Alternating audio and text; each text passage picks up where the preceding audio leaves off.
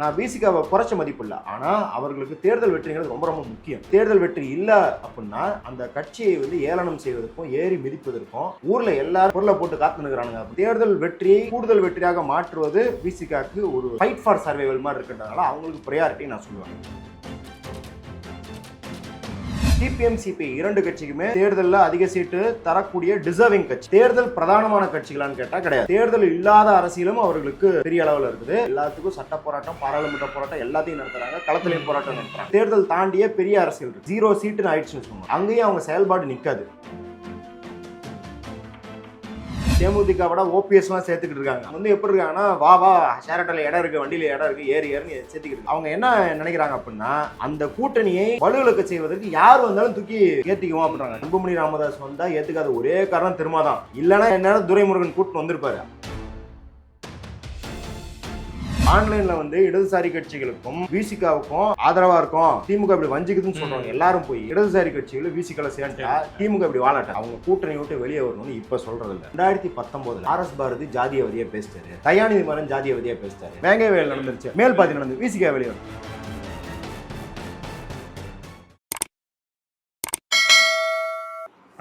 வணக்கம். இப்போ Congress settle down ஆயிட்டாங்க. இப்போதான் ரொம்ப இம்பார்ட்டண்டான பார்ட்டுக்கு திமுக கூட்டணி வந்திருக்கு அப்படின்னு நான் நினைக்கிறேன். ஏன்னா நீங்களும் முன்னாடி சொல்லிட்டீங்க, எனக்கும் தெரியும், எல்லாருக்குமே தெரியும். காங்கிரஸை விட இந்த கூட்டணிக்காக அதிகம் உழைத்தது, வேலை செய்யறது, சிலுவையை சுமக்கிறது, இதுல தெரிஞ்சேதான் சொல்றேன். ஏன்னா சில விஷயங்கள் திமுக ஆட்சி மேல வரும்பொழுது அதற்கு போராட்டமும் பண்றாங்க, கண்டன அறிக்கையும் வெளியிடுறாங்க. ஆனாலும் அந்த கெட்ட பேர் கம்யூனிஸ்ட் மேலையும் விசிகா மேலையும் தான் வருது. இப்போ இத்தனை வருஷமா கூடவே இருந்து கொள்கை ரீதியாக ஒன்றிருந்து உங்களுக்கு பிரச்சனை வரும்போது காப்பாத்தி சிலுவைகள் சுமந்து இவ்வளவு பண்ணவங்களுக்கு இந்த முறை திமுக என்ன செய்ய போகிறது அப்படிங்கிறது. இப்போ வெளிப்படையா இடதுசாரிகளும் விசிகாவும் எங்களுக்கு கொள்கை தான் முக்கியம், பாஜக எதிர்ப்பு தான் முக்கியம் அப்படின்னு சொன்னாலும், என்னதான் இருந்தாலும் களத்துல எலெக்ஷன் வரும்போது வெற்றி முக்கியம், சீட்டுகளும் முக்கியம் தான். இப்போ இந்த இடத்துல முன்னாடி கொடுத்த அதே சீட்டை விட அதிகமாக ரெண்டு கட்சிகளுமே they deserve more seats than what they got in the previous election. But அது கிடைக்குமா? அதுக்கு ஏன் நான் மிகப்பெரிய ஒரு கொஸ்டின் மார்க்காக வைக்கிறேன் அப்படின்னா, காங்கிரஸுக்கு 3 கொடுத்தாச்சு, ஆல்ரெடி 3 அவுட். தேமுதிகன்னு ஒரு கட்சி, அந்த கட்சி எந்த மாதிரியான இந்த பேச்சுவார்த்தைகள் வரும்பொழுது, அந்த மற்ற கட்சிகளோட பேச்சுவார்த்தை நடத்தும் போது என்ன தெரிய வருது அப்படின்னா, அந்த கட்சியும் காங்கிரஸை போல உழைப்புக்கு மீறிய ஒரு ஊதியம் கேட்கக்கூடிய கட்சியாக அந்த கட்சியும் உள்ள கொண்டு வந்துட்டீங்க. அவங்களுக்கு கொஞ்சம் கொடுக்கணும், இங்க 3 சீட் எக்ஸ்ட்ரா, இன்னும் கருணாஸ் கொடுக்கணும், எஸ்டிபி கொடுக்கணும், எல்லாம் இருக்கு. ஆமா, கொங்கு கட்சி ஒன்று இருக்குது, அது கொடுக்கணும். ஸோ இப்போ இதுல பாதிக்கப்பட போறது விசிகாவும் கம்யூனிஸ்டும் தானா அப்படின்னு எனக்கு கேள்வி வருது. இல்ல, பாதிக்கப்பட போற மாதிரி தெரியல. அது அந்த சீட்டு உறுதி. அதை விட எவ்வளவு ஜாஸ்தியா தராங்க அப்படிதான். விசிகா கண்டிப்பா ஜாஸ்தியா தருவாங்க. இப்ப இது திமுக விட்டுட்டு யோசிப்போம். சிபிஎம் சிபிஐ இரண்டு கட்சிக்குமே தேர்தலில் அதிக சீட்டு தரக்கூடிய டிசர்விங் கட்சி. நீங்களே சொல்லிட்டீங்க, they deserve more then what they got அப்படின்னு சொல்லிட்டீங்க. ஆனா தேர்தல் பிரதானமான கட்சிகளான்னு கேட்டா கிடையாது. தேர்தல் இல்லாத அரசியலும் அவர்களுக்கு பெரிய அளவில் இருக்குது. எலக்டோரல் பாண்ட்ல இருந்து வக்ஃப் சட்டம் வரைக்கும் எல்லாத்துக்கும் சட்ட போராட்டம், பாராளுமன்ற போராட்டம் எல்லாத்தையும் நடத்துறாங்க, களத்திலையும் போராட்டம் நடத்துறாங்க. ஸோ அதனால அவர்களுக்கு தேர்தல் தாண்டிய பெரிய அரசியல் இருக்கு. விசிகாவுக்கு தேர்தல் தாண்டிய பெரிய கருத்து இருக்கு. ஆனால் தேர்தல் தான் மைய பலமே. இப்போ நீங்க 0 சீட்டுன்னு ஆயிடுச்சுன்னு வச்சுக்கோங்க, சிபிஐ சிபிஎம், அங்கேயும் அவங்க செயல்பாடு நிற்காது, நடந்துட்டு தான் இருக்கு. இப்போ தெலுங்கானாவில் பாருங்க, இப்போ கூட லோக்கல் பாடி எலெக்ஷன்ஸில் சிபிஐ நல்லா ஜெயிச்சது. ஆனால் விசிகாவுக்கு நான் விசிகாவை குறைச்ச மதிப்பு இல்லை. ஆனால் அவர்களுக்கு தேர்தல் வெற்றிங்கிறது ரொம்ப ரொம்ப முக்கியம். இன்னைக்கு ஆக்சுவலி தேர்தல் வெற்றி இல்லை அப்படின்னா அந்த கட்சியை ஏளனம் செய்வதற்கும் ஏறி மிதிப்பதற்கும் ஊர்ல எல்லாரும் இந்த சொல்லுவாங்களா, பொருளை போட்டு காத்துனுக்குறானுங்க அப்படின்ற மாதிரி ஸ்டார்ட் பண்ணிட்டாங்க.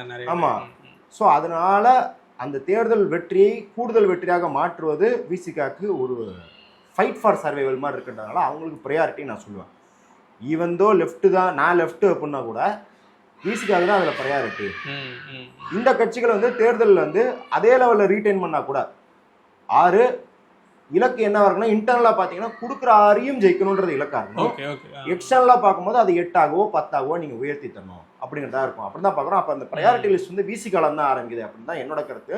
இன்னொன்று, ஆட்சியில் பங்கு, அதிகாரத்தில் பங்கு திமுகவோட சித்தாந்தத்தில் கிடையாது அப்படின்னாலும் என்னை பொறுத்தவரை விசிகாவுக்கு தரலாம், ஆட்சியில் பங்கே தரலாம்னு சொல்றேன். ஏன்னா திமுகவுக்கும் சிபிஐ சிபிஎம்க்கும் கொள்கை ஒன்றிணைவு கிடையாது.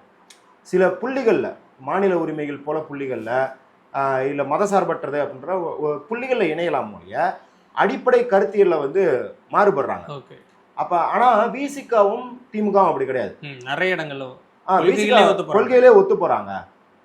ஃபோக்கஸ் தான். அவங்க இன்னும் என்ன கேட்குறாங்கன்னா, இன்னும் நீங்கள் வந்து இடைநிலை சாதிகளுக்கு சென்ற சமூக நீதி ஒடுக்கப்பட்ட மக்களுக்கும் இன்னும் விளிம்பு நிலையில் இருக்கிற மக்களுக்கும் போய் சேரலாங்கிறது தான் விசிகாவோட கன்சர்ன் வழியா. அடிப்படையாக திமுக கொள்கையும் விசிகா கொள்கையும் ரொம்ப ஒத்து போகிறது பண்ணும்போது கண்டிப்பாக அவங்களோட வந்து இவங்க கூட்டணி வைக்கலாம். அதாவது கூட்டணிங்கிறதோட ஆட்சியில் பங்கு தரலாம் அப்படின்றதான் நான் பார்க்கறது. ஆனால் எனக்கு தெரிஞ்சு இந்த ஆட்சியில் பங்கெல்லாம் இதுங்க பேசப்படாது.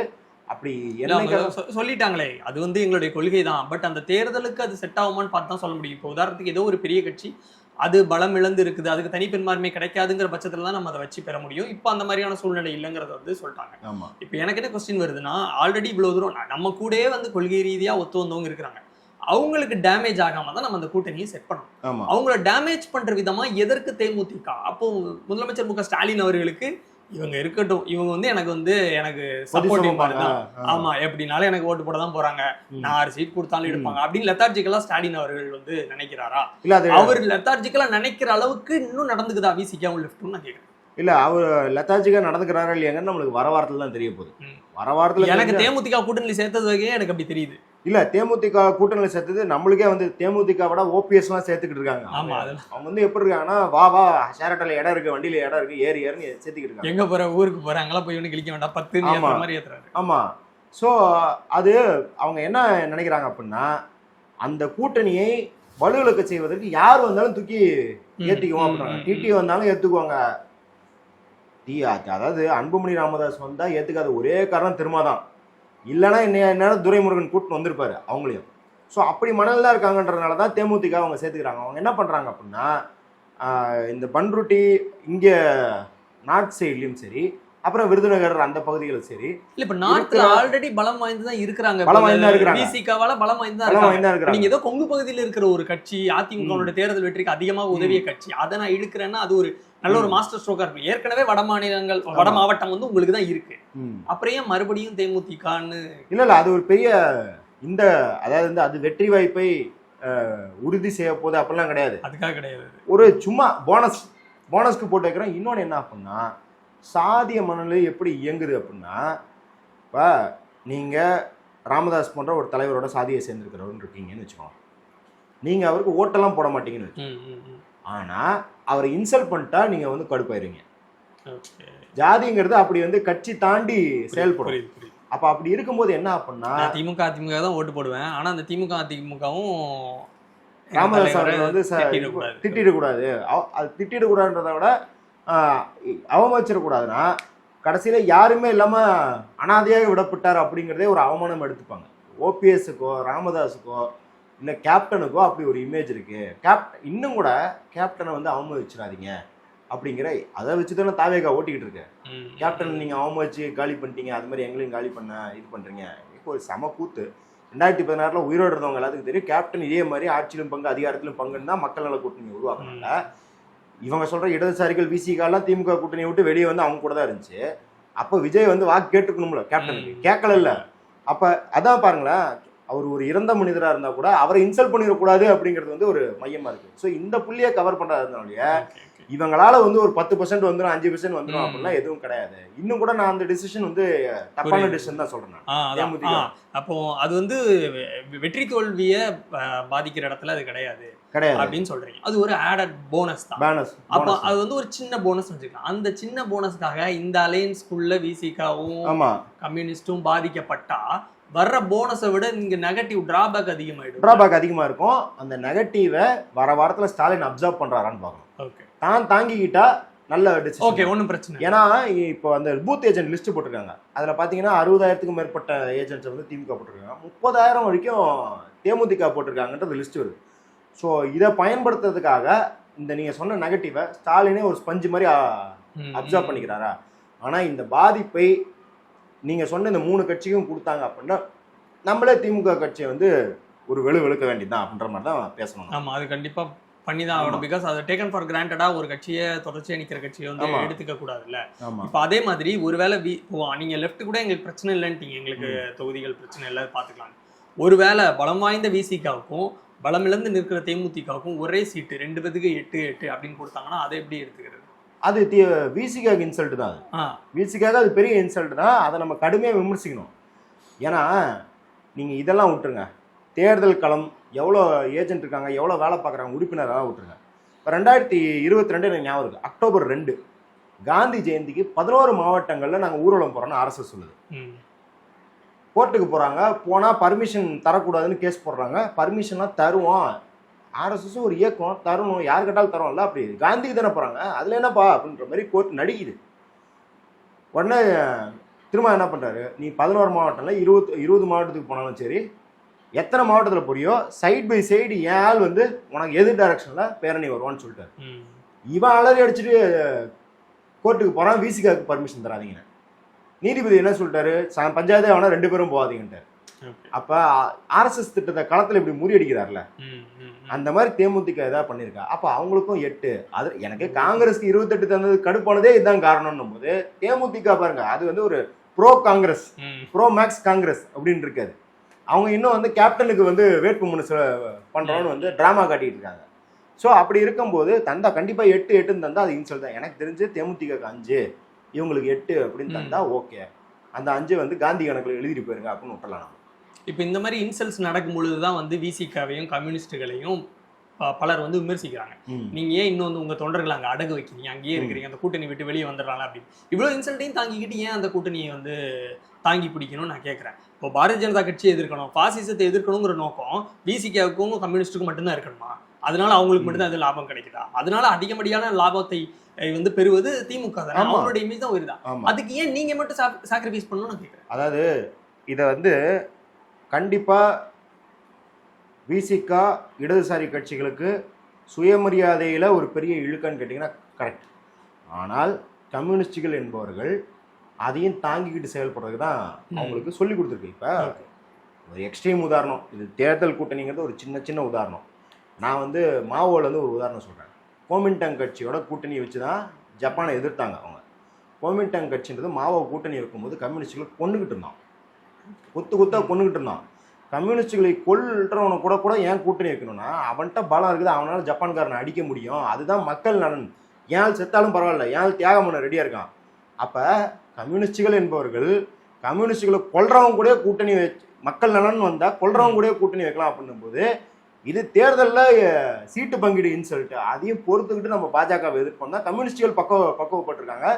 விசிகா திருமாவளவன் அவர்கள் ஏற்கனவே அதை வந்து சொல்லி பண்படுத்திக்கிட்டே ஏற்கனவே நிறைய சாக்ரிஃபைஸும் பண்ணிட்டாரு. பட் இந்த மாதிரி ஒரு 10 சீட்டாவது கொடுக்கணும், அது இல்ல டீசென்ட்டா இருக்கும். அது இன்சல்ட்டை தாங்கணுமான்னு கேட்டா தாங்கணும், ஆனா அது இன்சல்ட்டான்னு கேட்டா இன்சல்ட், அது கண்டிப்பா இன்சல்ட். அது ஏன் தாங்கணும்னு நான் கேக்குறேன். இல்ல அது அதான் சொல்றேன்ல, இப்ப வெளியே கூட்டணி விட்டு வெளியே போனாங்கன்னு வச்சுக்கோங்க, அதனால பாதிப்படுறது திமுக கிடையாது, மக்கள் தான். அந்த கன்சர்ன் ஏன் திமுகவுக்கு இருக்க மாட்டேங்குதுன்னு கேக்குறேன். இவங்க கோச்சிக்கிட்டு வெளியே போயிட்டா மக்கள் பாதிக்கப்பட போறாங்க, நான் ஏன் ஒரு 2-3 சீட்டை சாக்ரிஃபைஸ் பண்ண கூடாது? அந்த தாட் ஏன் திமுகவுக்கு வர மாட்டேங்குது? அந்த திமுகவுக்கு வருதா இல்லையாங்கிறது இப்போ வந்து வரும் நாட்கள்ல தெரியும். இப்படி வரல அப்படின்னா திருப்பியும் இப்ப திமுகவை திட்டுவதை விட ஆன்லைன்ல எல்லாருமே இந்த கன்சர்ன்டா சொல்றாங்க நிறைய பேர்.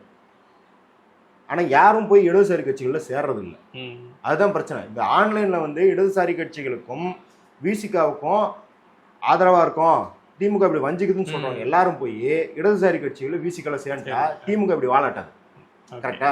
அப்ப நம்ம வந்து விசிகாவையும் இந்த இடதுசாரி கட்சிகளையும் வலுப்படுத்துறது களமா ஒரு ட்ரூ கன்சர்னால வர்றது இல்ல, விமர்சிக்கிறதுக்கு ஒரு காரணமா எடுத்துட்டு பேசுறாங்கன்னு சொல்றீங்க. இல்ல சில பேர் ட்ரூ கன்சர்ன் சொல்றாங்க, ஆனா பெருவாரி வந்து அது ஒரு காரணம் கிடைச்சிருச்சு, ஒரு அடி கிடைச்சிருச்சு திமுக. ஏன்னா அவங்க கூட்டணி விட்டு வெளியே வரணும்னு இப்ப சொல்றது இல்ல. 2019 RS பாரதி ஜாதியவதியா பேசிட்டாரு, விசிகா வெளியே வரணும். தயாநிதி மாறன் ஜாதியவதியா பேசிட்டாரு, விசிகா வெளியே வரணும்.